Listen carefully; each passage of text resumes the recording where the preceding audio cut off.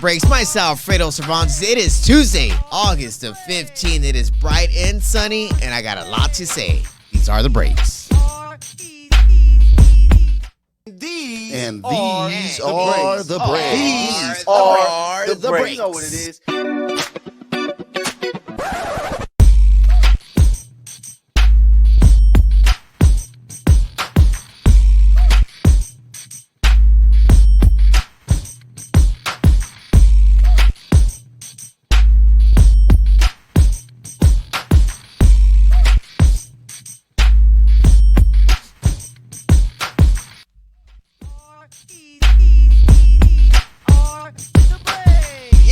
Ladies and gentlemen, welcome to The Breaks. You're live from the Infanity Studios in Los Angeles. And yes, football, the NFL is back. And it just returned over the weekend here for a few preseason games, which, of course, it gave us a lot to look forward to for the new NFL season. I will be getting into the NFL in a little bit because there's been a lot of new signings over the last 24 hours. Running backs are finally getting a job. Because a few weeks ago, running backs couldn't get a job. Now they're finding jobs left and right. I will be talking about two of the biggest signings over the last 24 hours. Again, the WNBA is almost right now towards the middle of the fourth quarter of the season. There are a few teams still left to find a way into the playoffs. There is one team here in Los Angeles who is trying to get into the playoffs and are on a 3-game winning streak. We'll be talking about the LA Sparks in a little bit. But, of course, earlier today, there was just a lot to talk about. When we look into the NBA basketball world, it's interesting to see that there are a few, I guess you can call them crybabies, if you want to say, people want to go ahead and talk the talk. But sometimes when you walk the walk, you kind of walk the walk in China, because it seemed like James Harden, which, it was interesting. I was at the Sparks game on Saturday, as everyone should be watching and following LA Sparks Weekly here on Infanity TV. And I got a notification that said that the Philadelphia 76ers are no longer interested in trading James Harden for maybe a bag of chips. But it took for James Harden to be like, okay, you're going to say that publicly? Well, guess what I'm going to do, Daryl Morey? I'm going to go publicly, not in the United States, but in China. I'm going to say everything. I ain't going to let every single bit of information out. And James Harden took it to social media, and knowing that there was hundreds and hundreds of cameras surrounding him as he was doing a speech over in China, James Harden said, and he called Daryl Morey, who is the GM of the Philadelphia 76ers right now, a liar. He said, "You are a liar." He technically said he does not want to be part of any organization that Daryl Morey is involved in. I mean, that's a relationship right there that a lot of people around the league believe was maybe one of the best player-GM relationship there was. Because if we recall, about 10 years ago, of course, we know that James Harden was a big star back in the day in Houston. And, when he was in Houston, of course, who was his GM? Who was the guy that went after Dwight Howard in 2012 and took him away from the Los Angeles Lakers? It's Daryl Morey. He's an idiot. Who was the guy out there that went and, chased for a guy like Chris Paul, thought he was going to change the whole dynamic of this ball team? Didn't happen at all. But what happened now when, Daryl Morey was like, you know what? Russell Westbrook, I think you're a good pair for this team. Let's go ahead and get you. He went after star after star after star in Houston. It didn't work out. Of course, you saw what happened. He got fired. He got let go from Houston. Houston got a new ownership. They shipped James Harden now to Brooklyn. Then, all of a sudden, Daryl Morey got a job as a GM for the Philadelphia 76ers. And what was his first move he did? He traded for James Harden. He wanted that relationship again with James Harden. Of course, James was trying to find a way out of Brooklyn at the time. And he got his way out of Brooklyn. He got to Philadelphia. He tried to put something together in a year and a half, which just seemed to be An ugly run. The Philadelphia 76ers, combined with Doc Rivers, they had somewhat of a devastating meltdown late in the playoffs against the Celtics. I mean, and after that meltdown, it seemed like Joel Embiid, James Harden were not on the same page. Joel said, "Hey, if I had better teammates, I could have maybe done something." I mean, that was one of the dumbest comments that you will ever hear from Joel Embiid, saying that, if you gave me a team, I can maybe do something. Dude, your team was in the Eastern Conference semifinals. You were one win away from going to the Eastern Conference finals. What do you mean get your goddamn better team? How about you make some free throws? How about you don't throw the ball away and you actually, score? Because Al Horford, your 40-year-old over there, makes you foolish. Look foolish out on the court at times, which is the reason why the Celtics advanced to the Eastern Conference Finals, but that's not the case right now. Right now, it's all about James Harden, because Daryl Morey came out and said right after those comments from James Harden and said, "Hey, I don't care if you're calling me a liar. I do not care. I'm going to keep you here, and you're going to be part of this organization." I mean, now it seems like, okay, this is going to be funny. This is going to be a fun battle, because new member of the Philadelphia 76ers in Patrick Beverley, we all know Pat, has a little mouth. And he likes to go out there and start tweeting. And he tweeted out there and he said, "Hey, man, don't count us out. Don't count us out." Patrick, what are you going to do, Patrick? Are you going to save the organization? Are you going to go out there and score 20 points and 15 assists per game? No, you're not. You're not James Harden, and you're nowhere near being that type of player. But, I mean, Philadelphia really got a mess right now. They fired Doc Rivers a few months ago, and now they got, I believe, Nick Nurse in there trying to figure some good things out. I mean, can they really, do something special? I don't know. There's too much trouble right now in Philadelphia. It seems like maybe everyone should just go ahead and, go into their basement, go grab a Philly cheesesteak and, just eat it. Maybe eat 2 Philly cheesesteaks or 3. Who knows, And just think about all the bad moves the organization in Philadelphia has done. I mean, since even drafting Markelle Fultz, getting Ben Simmons, and trying to believe in, what was the little slogan he used to say, like, believe in the trust, trust the process, some BS stuff like that. I mean, this has been a process that's been going on for about 10 years already. So it's like sooner than later, I mean, yeah, they try to change the GM. They got someone else who just kind of messed it all up right now.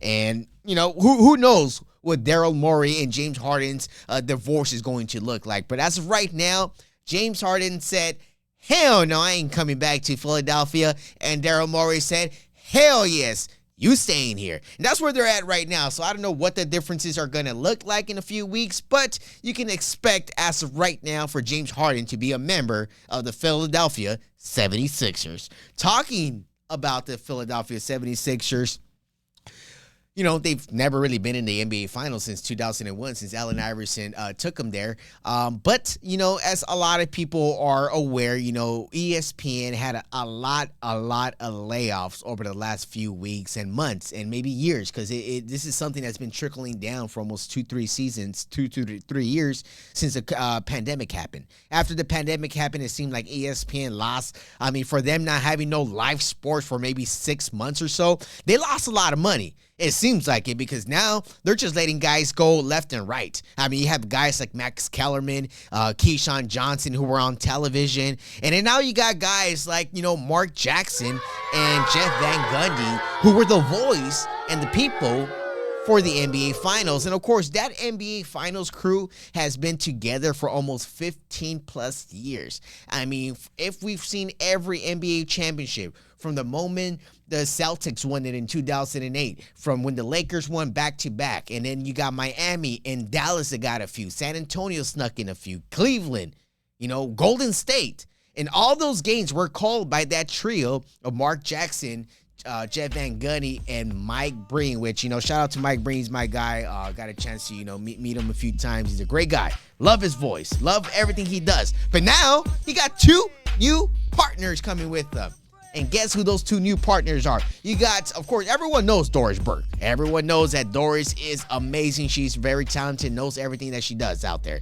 But then you got Doc Rivers. He's back on ESPN. Doc Rivers was actually on ESPN back in the early 2000s. And now Doris Burke, Doc Rivers, and Mike Breen will be the face of the ABC Countdown crew, which is spectacular because Doris Burke will become the first woman to serve in a game as a game analyst in any professional sport championship round.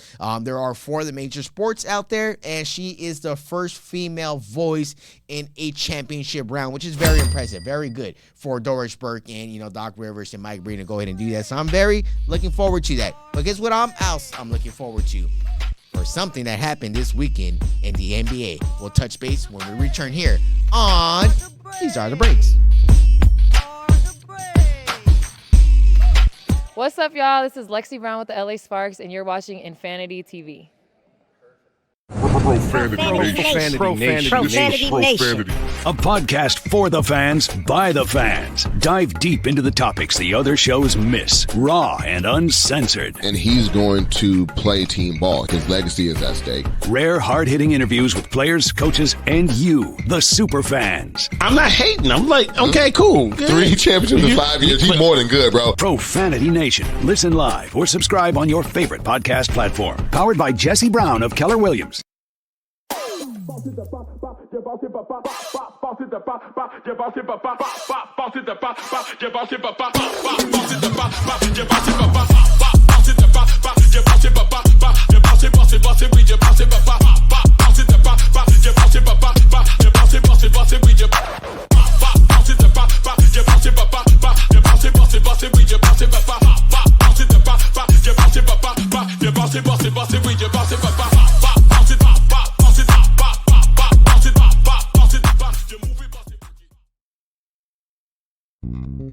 United One Protection Services. With over 30 years of experience, United One Protection Services has more expertise and knowledge than the other security companies combined. Residential, commercial, municipal, or institutional, United One Protection Services does more than just security. We protect your livelihood. United One Protection Services.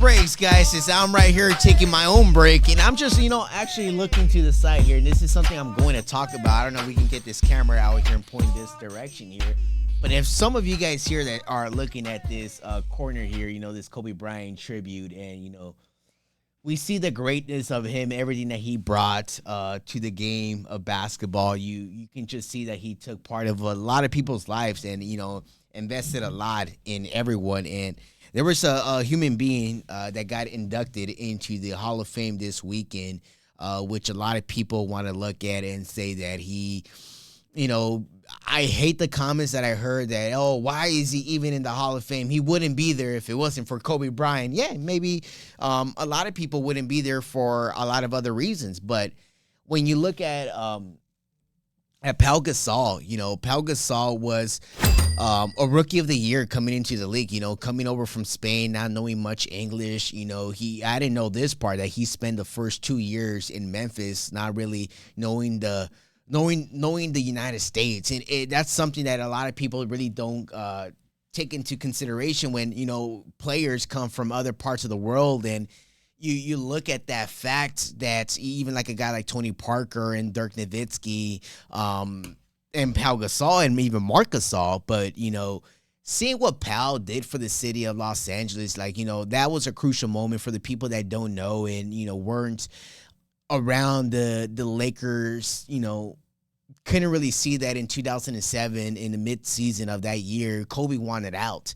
he wanted to go to the Clippers, and that was like that could have been like a punch in the gut. Like if Kobe would have became a Clipper in 2007, Bye.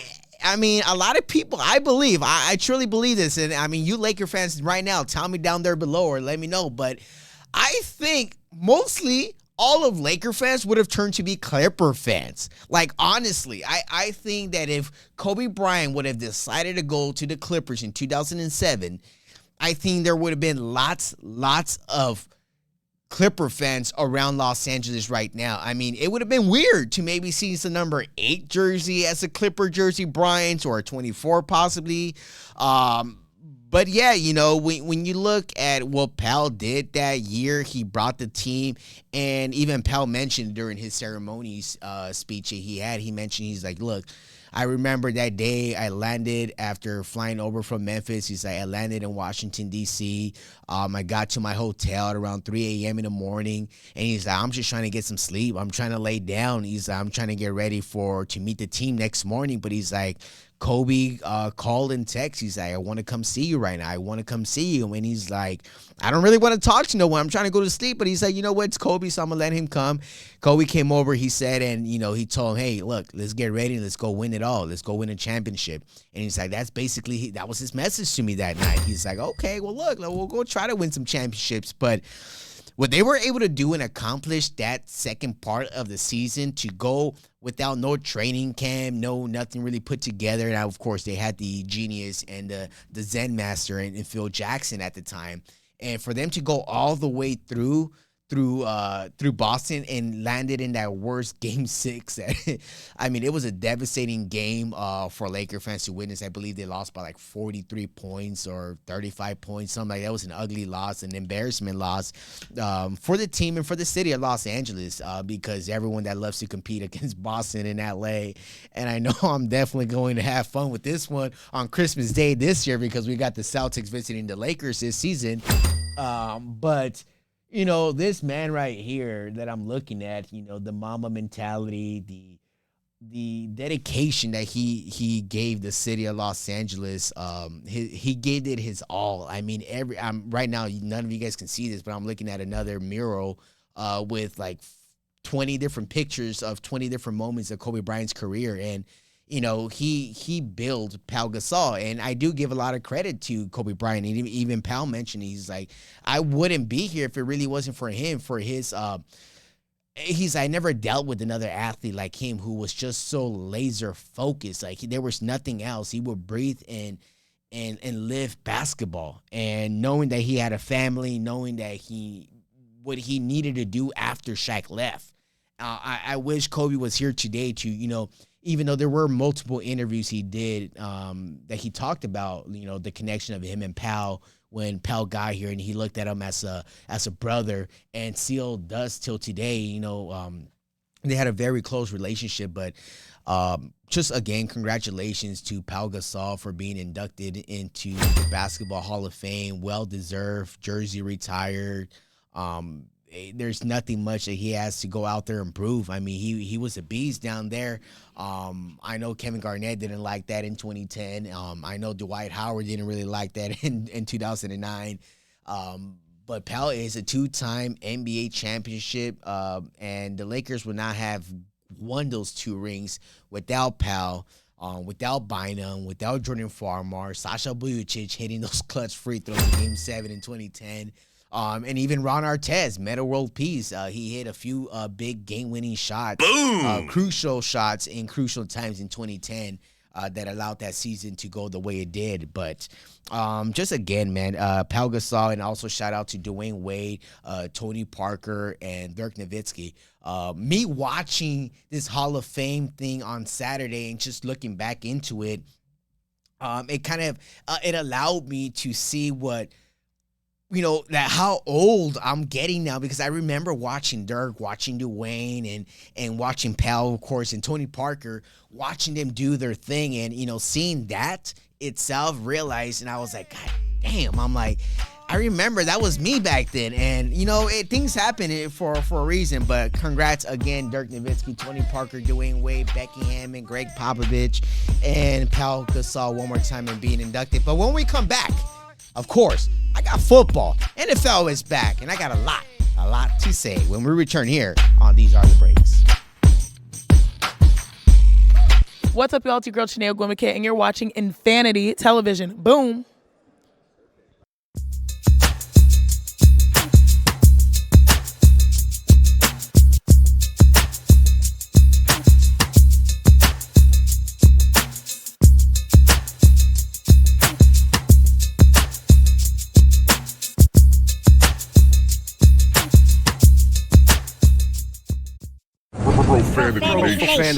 Profanity Nation. A podcast for the fans, by the fans. Dive deep into the topics the other shows miss. Raw and uncensored. And he's going to play team ball. His legacy is at stake. Rare, hard-hitting interviews with players, coaches, and you, the super fans. I'm not hating. I'm like, okay, cool. Good. 3 championships in 5 years. He's more than good, bro. Profanity Nation. Listen live or subscribe on your favorite podcast platform. Powered by Jesse Brown of Keller Williams.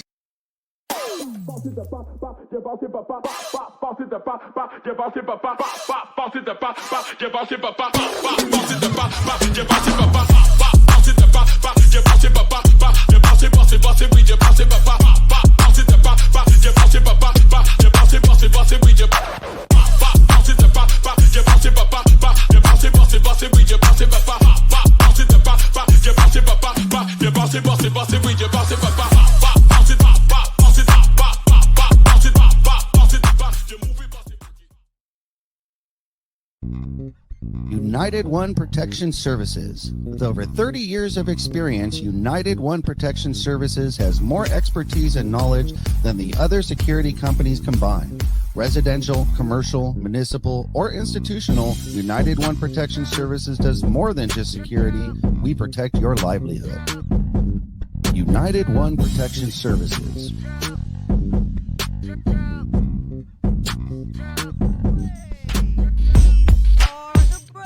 Yeah, buddy, these are the breaks. Myself, Fredo Cervantes, here live from Infanity Studios. And of course, a little bit, in a few hours from now, you can go ahead and catch the Profanity Nation podcast that's going to be live here on Infanity TV. So check them out. And again, check out the breaks every single weekday here at 12 o'clock, 3 p.m. Eastern. But there's been a lot of football news over the last 24, 48 hours looking at, finally every single team got a chance to get out there on the field during preseason, get a chance to look at how their offenses looks, how their defense looks. Certain teams that we already know are going to be totally fighting for a lottery pick down there, and there are certain teams that are fighting for a Lombardi trophy. I mean, that's what a lot of people's goals are, not for some organizations, but there is one team that really make a big dramatic move. That this move here is like one of those silencers kind of thing. This move right here is gonna change the way the season was going to go, because right now, prior to this move happening, you expected maybe, of course, Patrick Mahomes and the Chiefs to be the team. Philadelphia might still have something to prove after losing last year in the Super Bowl. And of course, covering the Chargers, you see that the Chargers are a top 5 team in the NFL right now with high expectations, with Justin Herbert being the highest paid player in the league right now. But of course, the one team that people kind of look at and be like, well, we don't really know what they're going to look like. We don't know how they're going to play, how they're going to look out there. And that's the New York Jets, with, of course, Aaron Rodgers coming along from Green Bay after his, 15, 14 years he had out there in Green Bay. But we kind of saw, Robert Saleh, head coach of the New York Jets, he has put up a great defense out there, having Nathaniel Hackett as well as an offensive coordinator, messing with that team, doing some good things, moving some players around, allowing Aaron Rodgers to be somewhat of an assistant GM, because we recall when Aaron Rodgers came over to New York, he was like, well, if I'm coming to New York, I want him. I need him.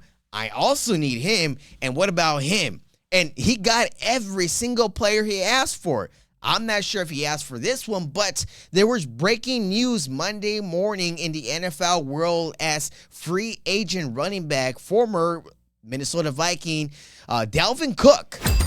Dalvin Cook signed a 1-year deal with the New York Jets worth $8 million. And that is very important for the 28-year-old running back. Of course, the running back market in the beginning of this offseason was pretty ugly. Nobody was getting any attention in the running back market. And even it took for Austin Eckler, Deebo Samuel, Ezekiel Elliott, and even Dalvin Cook, who just signed a deal till right now to like August 13th, 14th. But it even took for Austin Eckler to try to request a trade out of Los Angeles and go seek money elsewhere.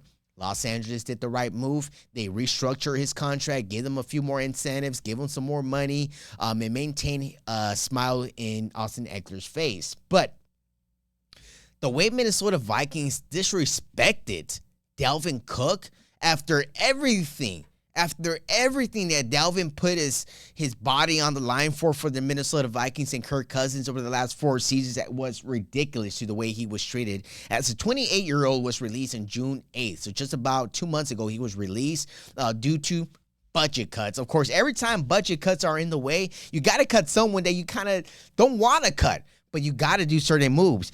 This was his 4th straight year with the Minnesota Vikings and being a Pro Bowler. I mean, as for a lot of people that don't know football and don't know what a Pro Bowl is, it's technically being an all-star out there. So when you're an all-star with your team and you're the leading rusher in the league, you're in 4 seasons straight for the Minnesota Vikings. You run for 4 straight years over 1,000 rushing yards. That's incredible for a player at age 28. Of course, they say that running backs start dying down after 26, and Dalvin Cook continued that production after, passing that lane of 26, 27, and now being age 28, being a few seasons into the league, one of the best rushers, one of the most dynamic ball carriers that you will see in the NFL, is now a member of the New York Jets with Aaron Rodgers. So that's going to be a little exciting, a little interesting to see what the New York Jets are going to look like now, because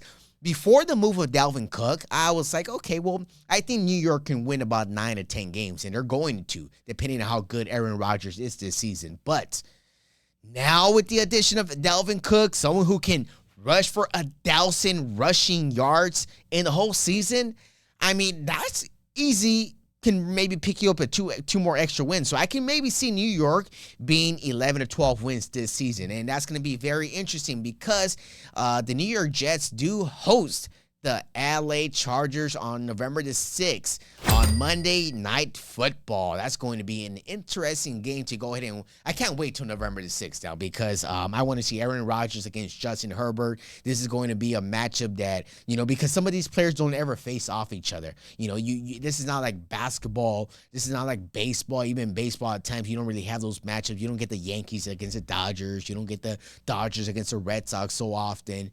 Even though you do get the Dodgers and the Red Sox in about 2 weeks in Boston, which is going to be pretty good.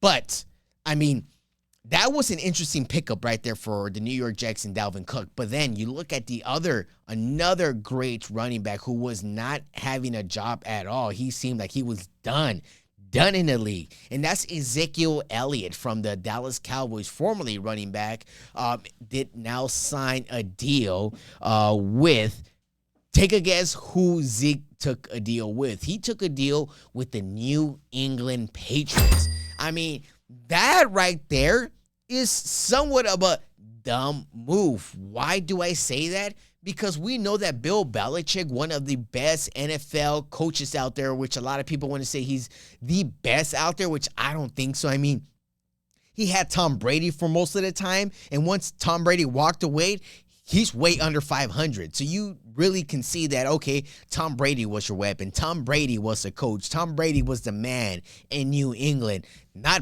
Bill Belichick. And you've seen that happen over the last 2 seasons that they've had no Tom Brady out there. But Bill Belichick took a swing at Ezekiel Elliott, and they also investigated, they did their research, they did their homework, and trying to see what is wrong with Ezekiel Elliott. Of course, he had some shoulder injuries. He had some, knee problems in the past few years, which has held him down to the worst amount of yards carried in the league at 3.8 yards per carry, which is the worst among the 52 running backs in the league.